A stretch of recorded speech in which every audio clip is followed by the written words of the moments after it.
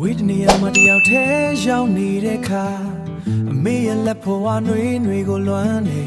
ဟင်းအိုတွေကအငွေသက်တွေကြမှာသားအတွက်ပြင်ဆင်ပေးတဲ့မေမြတ်တာအခုတော့အေးမိတဲ့ညတွေမှာအခုတော့အေးမိတဲ့ညတွေမှာ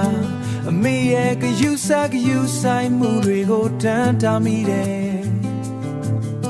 အဝေးရောက်နေမဲ့ရှင်တဲ့မှာအမြဲရှိနေတာအမေတင်ပေးခဲ့တဲ့ခွန်အားတွေပါပဲလောကကြီးပြင်းတွေတိုင်းနေရင်တောင်အမေရဲ့သားဟာမရိုက်မလဲရပ်တည်နေတယ်အမေကိုလွမ်းတဲ့စိတ်မျောလင်းသလိုဖြစ်အောင်ကြိုးစားမယ်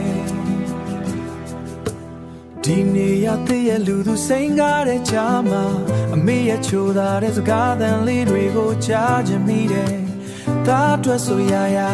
အပင်ပန်းခံခဲ့တဲ့အမေမျက်လုံးတွေခုထိမြင်အောင်နေတော့မှအမေရဲ့စကားလုံးလာတွေမပြောတတ်ပေမဲ့အမေရဲ့ချစ်ချင်းကသားအတွက်တော့ခိုင်မာတဲ့တန်တိုင်းမှာပဲအဝေးရောက်နေမဲ့ရင်နဲ့မှအမြဲရှိနေတာ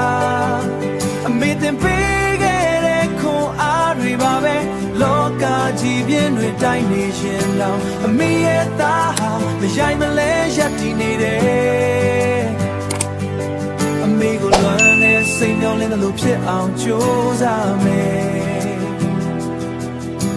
အခုတော့ကျွန်တော်ရဲ့နှလုံးသားထဲမှာအမေရဲ့မစကားတွေကိန်းဝန်းနေပြီပင်ပန်းတဲ့ခါတိုင်းအမေကိုတတိရတယ်အမေဟာကျွန်တော်ရဲ့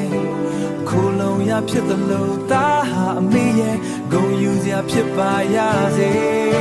အဝေးရောက်နေမဲ့ရှင်နဲ့မှအမြဲရှိနေတာ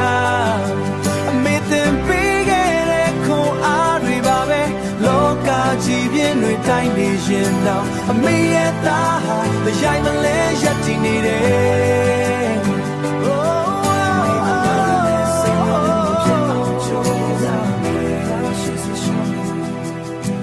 လေနူအေးလေးတွေတိုက်ခတ်တဲ့အခါအမေရဲ့နန်းတွေလိုခံစားရတယ်